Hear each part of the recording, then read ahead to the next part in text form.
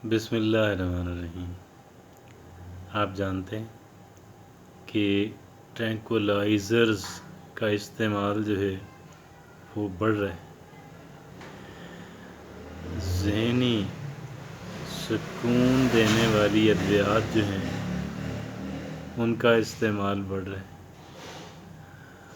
اور یہ کیوں لوگ استعمال کرتے ہیں؟ یہ عموماً اس وقت استعمال کیا جاتا ہے جب ایک انسان کا سٹریس لیول جو ہے، ذہنی ٹینشن جو ہے وہ زیادہ بڑھ جاتی ہے، اور امکان ہوتا ہے کہ انسان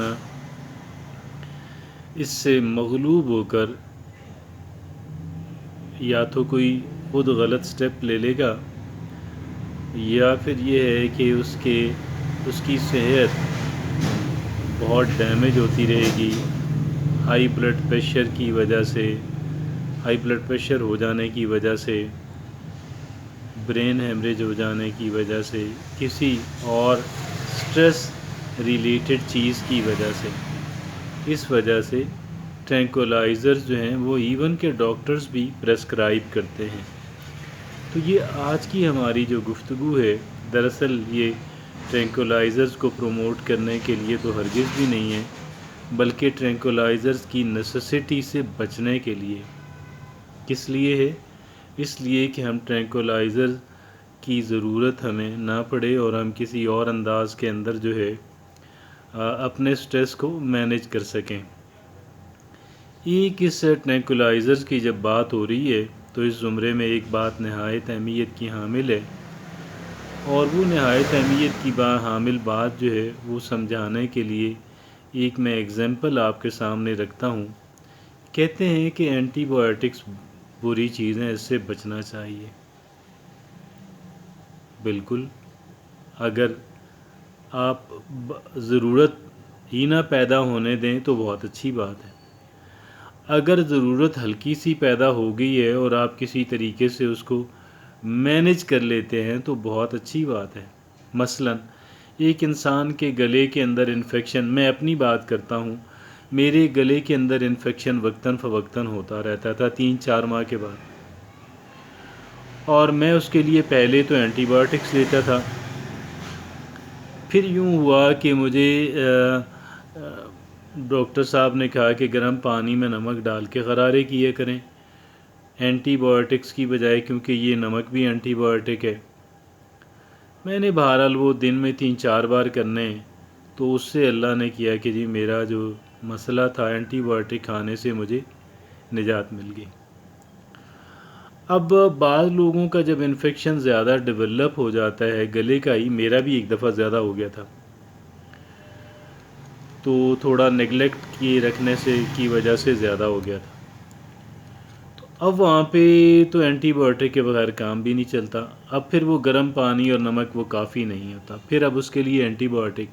اور سچ پوچھیں، جب میرا وہ اینٹی بایوٹک، میرا جو گلا زیادہ انفیکشن ڈیولپ ہو گیا تھا تو اینٹی بایوٹک بھی ذرا تیز سے لینے پڑے، لیکن ہلکے میں لے کے ٹرائی کر چکا تھا، جنہوں نے کام نہیں کیا، کنٹرول نہیں کر سکے۔ تو بات یہ ہے کہ جب ضرورت پڑے تو اینٹی بایوٹک لینا چاہیے، اور حتیٰ کہ جب ہائی پوٹینسی اینٹی بایوٹکس کی ضرورت پڑے تو ہائی پوٹینسی لینی چاہیے، لیکن اس بات کا تعین ڈاکٹر کرتا ہے، انسان کو نہیں کرنا ہے۔ ہم عموماً یہ کہتے ہیں میں اینٹی بایوٹک نہیں لیتا، اب جب ضرورت ہو اور نہ لیں تو پھر اس کا نقصان ہوتا ہے۔ اسی طریقے سے ٹرینکولائزرز جو ہیں، اسی طریقے سے یہ بات سمجھانے کے لیے میں نے بات اینٹی بایوٹکس کی طرف میں لے کر آیا۔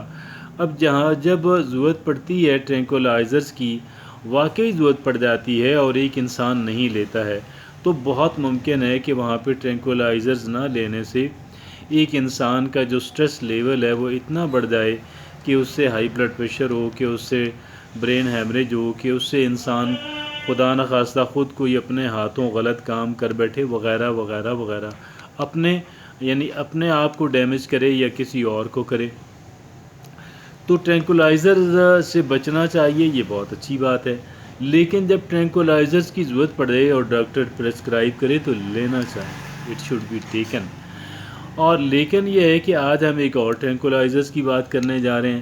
اور وہ ٹرینکولائزر اگر ایک انسان استعمال کرتا رہے تو یہ جو بازار سے خریدنے پڑتے ہیں اور خریدنے کے ساتھ ساتھ پھر ان کو کہہ لیں کہ ان کے جو ہیلتھ پہ نیگیٹو اثرات ہوتے ہیں، وقتی طور پہ تو پازیٹیو ہوتے ہیں نا، لیکن ٹرینکولائزر تو ایک طرح کی شاید ایڈکشن ہو کہ یعنی ایک انسان اگر اس پہ کہتے ہیں، ہماری زبان میں کہتے ہیں بھاڑا بن گیا.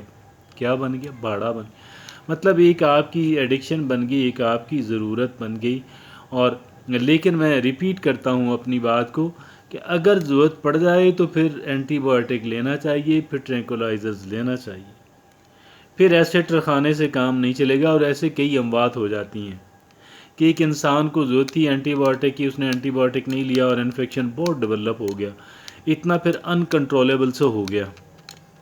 آپ کہیں گے کہ جناب یہ انکنٹرولیبل کیسے ہو جاتا ہے انفیکشن؟ یہ ایک ساؤتھ امریکہ کا ملک ہے، کون سا؟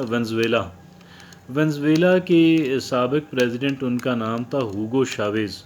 ہوگو شاویز آپ نے شاید سنا ہو کیونکہ وہ بہت ہی اینٹی امریکہ تھے، اور آئے دن کوئی نہ کوئی جو ہے اینٹی امریکہ جو ہے وہ کیوبن ایلائے تھے، کیوبا ملک کے وہ تھے، حلیف تھے، آپس میں ان کا بہت تھا، گہرا تعلق تھا. تو وہ بس اینٹی امریکہ بیانات دیتے رہنا اور اس طرح کا، تو ان کا انفیکشن کنٹرول نہیں ہو سکا اور وہ 54 سال کی عمر میں ان کا انتقال ہوا. He was the president then, he was the president of Cuba, he was the president of Venezuela. Cuba میں وہ ٹریٹمنٹ کے لیے آئے ہوئے تھے اور وہاں پہ ان کا انفیکشن کنٹرول نہیں ہو سکا. At the age of 54 being a president of Venezuela he died. تو یہ اس اپنی بات کے ثبوت میں کہ جی جب ایک انسان کو انفیکشن ہو جائے تو اینٹی بایوٹک لینا چاہیے جب ڈاکٹر پرسکرائب کریں، اور جب تیز اینٹی بایوٹک کو ڈاکٹر پرسکرائب کریں تو تیز اینٹی بایوٹک جو وہ پرسکرائب کریں، خود ڈاکٹر نہیں بننا چاہیے. ہم ڈاکٹر نہیں ہوتے ہیں، ہر بندہ ڈاکٹر نہیں ہوتا.